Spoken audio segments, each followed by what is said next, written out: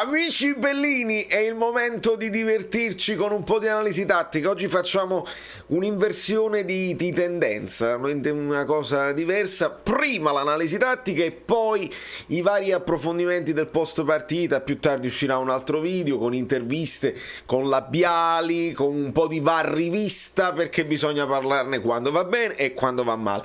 Cominciamo!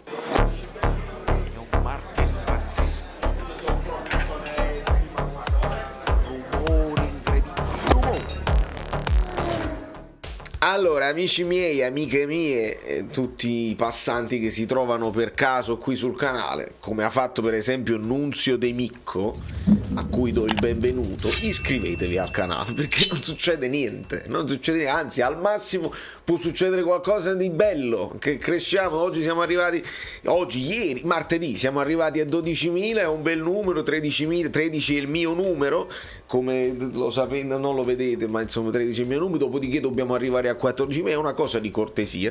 Quindi insieme all'iscrizione e a voi che mandate un video a un vostro amico, guarda l'analisi tattica, mica ci sta pure bello questa cosa io ho fatto uno spunto, io con un mio commento, divertiamoci tutti insieme e lasciamo i like perché aiutano e sono gratuiti. Signori miei, bene, grande vittoria, vittoria netta, vittoria meritata e non c'è nemmeno da dirlo, vittoria importante perché contemporaneamente tu rosicchi un paio di punti al Milan, rosicchi un paio di punti alla Juventus, rosicchi un paio di punti all'Atalanta che frenano ovviamente nelle varie problematiche che ci sono, qualcuno con problematiche di Covid come la Salernitana, come anche il Venezia che però purtroppo non è riuscita nell'impresa di strappare un punto all'Inter e vabbè, non fa niente, non ci pensiamo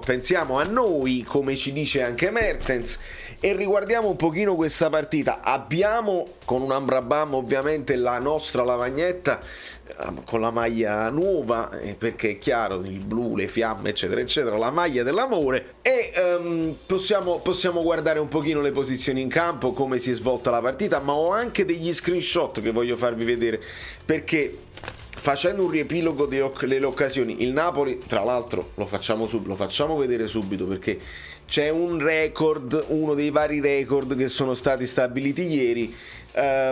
Penso il record negativo dell'XG della Salernitana non si è mai visto, un XG così basso, che è proprio quell'unica una stellina stellina, come stai? Una stellina della Salernitana, che è proprio il gol, che vale 0.08 e basta. Non c'è altro da far vedere. Il Napoli ovviamente tanti pallini, tante occasioni possibili e potenziali, e poi ovviamente ci sono i due rigori, il gol di Rachmani che è una stella bella grande perché è molto ravvicinato, insomma si arriva a 4.55 e il Napoli poteva farne anche di più, ma come li poteva fare questi di più? Si inizia con Zielinski di testa un pochino moscio su cross, su assist di Mertens, Mario Rui il calcio di punizione a foglia morta parato, Elmas alto ma quello forse non conta perché era fuori gioco, Fabian parato su assist di Mertens, Fabian veramente che ha giocato a tutto campo. Tra l'altro sotto in descrizione trovate tutti i contatti di Fan Rating, lì uscirà la pagella con i numeri, perché io voglio dare i numeri, ma i numeri non li do qua, i numeri li do là, perché poi lì voi avete la possibilità su Fan Rating anche di dare i vostri voti, vi divertite, si vincono delle cose, è tutto gratuito. Dopodiché tiro di Lozano parato, Lozano poca roba devo dire, e poi c'è JJ, gol annullato e poi riconfermato su spalla di Elmas, perché poi Elmas è sempre alla fine, poi Elmas fa tutta quella serpentina, si prende il rigore, ne parliamo nel prossimo video. No, questo secondo me non c'è, ma c'è un altro rigore su Mertens che non viene proprio calcolato. Nel frattempo però tra queste due cose arriva il gol di Bonazzoli, e questo lo vediamo un attimo con un ritorno e con degli screenshot che mi sono preparato, perché qualcuno mi ha chiesto in live, tra l'altro live bellissima che vi consiglio di recuperare, proprio veloce, speedy, speedy, bella precisa, abbiamo affrontato tutta una serie di argomenti in maniera precisa, secondo me. Vediamo come si parte. Allora, secondo me una prima cosa da far notare è che il Napoli, in questo caso, c'è Mario Rui che secondo me si fa attrarre un pochino troppo dall'avversario e dalla palla. Lì c'è già Elmas.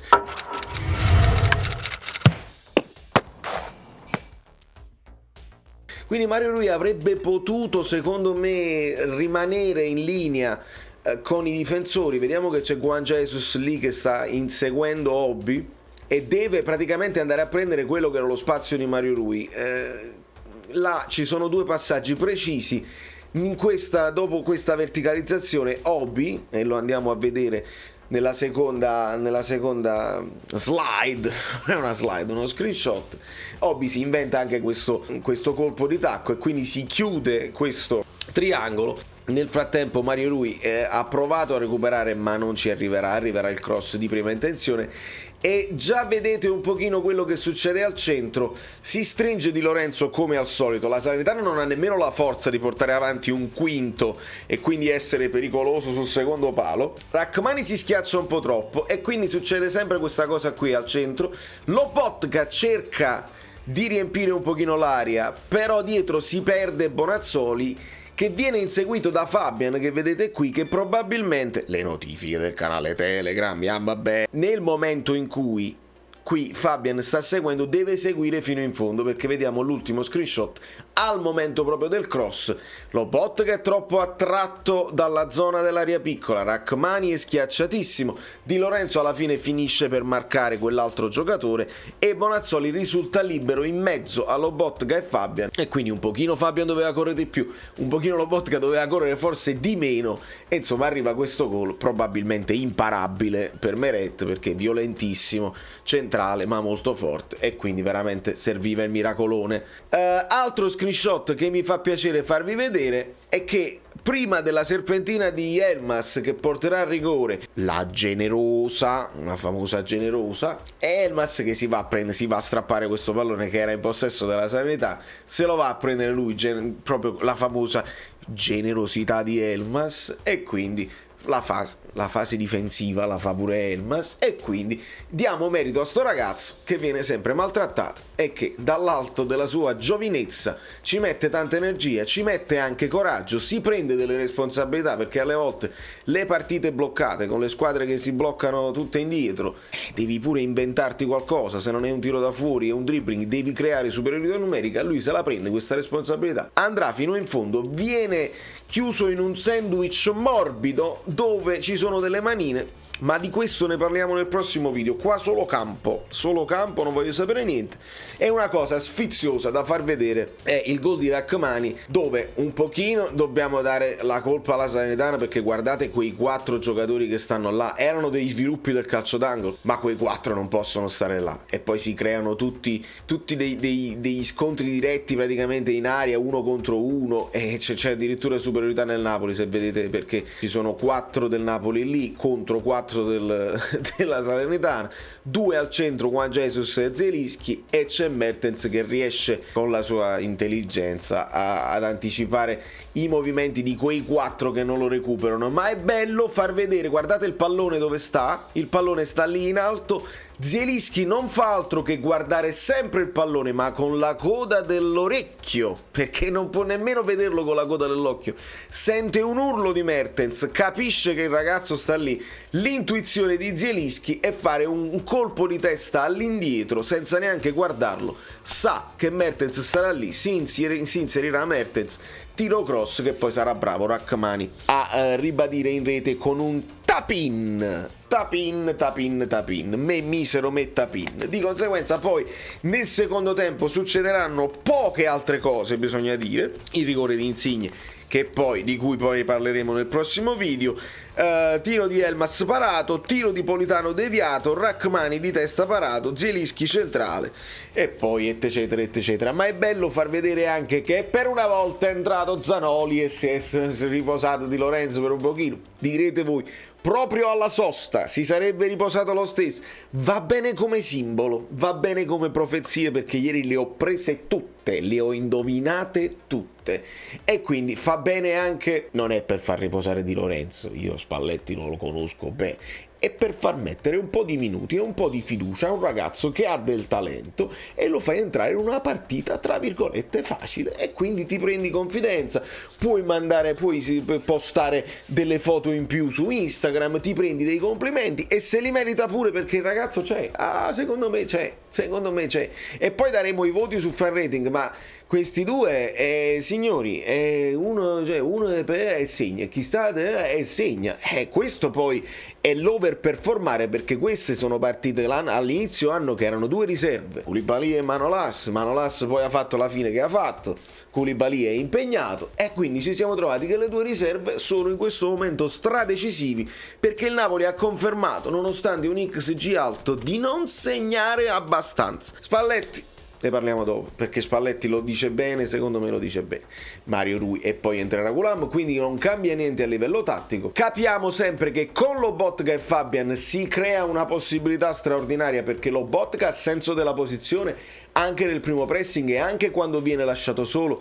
Ricordatevi, la paura mia è sempre quella, la voragine a centrocampo, ma contro una squadra come la Salernitana che non ci ha neanche provato a ripartire, giusto quello hanno fatto e hanno pure segnato, va bene, può stare anche da solo, perché poi i terzini erano molto alti e si crea questa roba qua. E a me la cosa che è piaciuta di più è stato il pressing alto del Napoli quando perdevamo palla, riconquista immediata, la cosa più importante. E con un Fabian davanti, con libertà anche di inserimento e di spaziare, perché ce lo siamo ritrovati qua nell'occasione del gol di Juan Jesus. Mertens veniva dentro, si era creato un pochino di scompiglio e Fabian poteva andare al tiro con l'inserimento. Insomma, è tanta roba vedere queste possibilità tattiche con uno Zielinski sempre seconda punta, che non ha fatto forse la sua partita migliore, però quell'intuizione sul gol di Rachmani la dobbiamo sottolineare. Idem Elmas, che comunque la spalletta nel gol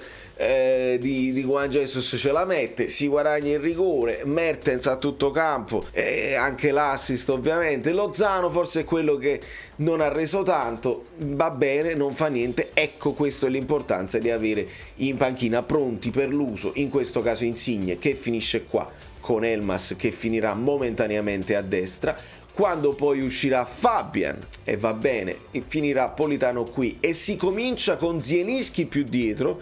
Questa è stata una particolarità, Zielinski al fianco di Lobotka, quindi Zielinski alla Fabian, idea che io sposo e che ho detto io a Spalletti, l'ho chiamato: Spalletti, ti sei dimenticato il like, metti Zielinski a centrocampo che a lui piace, quindi Elmas sotto punta, dopodiché Elmas finisce anche centrale con Zielinski sotto punta, quindi Elmas ha fatto 50 nuovi ruoli in una partita sola, secondo me in maniera anche egregia. Signori miei, bene così. Ovviamente si può accennare anche ad un Osimhen che vuole segnare, voglioso, nervoso, si deve calmare, qualcuno ecco perché va rinnovato De Laurentiis. Devi rinnovare Mertens per valorizzare e per far fruttare l'investimento di 70 milioni, 50 più plusvalenza di Osimhen, perché Mertens è l'unico che può tranquillamente prendersi sotto la sua aletta protettiva il grosso Osimhen e gli spiega certe cose, lo aiuta a crescere mentalmente. Si può crescere? Non si sa, alcuni caratteri resteranno così, altri però possono crescere e possono migliorare. Speriamo bene, perché il Napoli deve migliorare sotto il punto di vista della realizzazione. Se perdiamo Mertens, state buone a Maronna. Signori miei, da New York Valerio Fluido è tutto, tra un po' esce un altro video, quindi voi state in campana. Ovviamente novità, cose varie. Adesso c'è una sosta per uno stage di nazionale. Ditemi un po' se c'era bisogno di questo stage della nazionale. Ciao, sono Saveria Solida. Se arriviamo a 15.000 iscritti su YouTube è una cosa di cortesia, ma secondo me dovreste seguirlo anche su Instagram, @ValerioFluido. Fa tutte queste cose cretine. Sei iscritto pure a TikTok. Di più, dai, basta, sei cringe. Quante cose.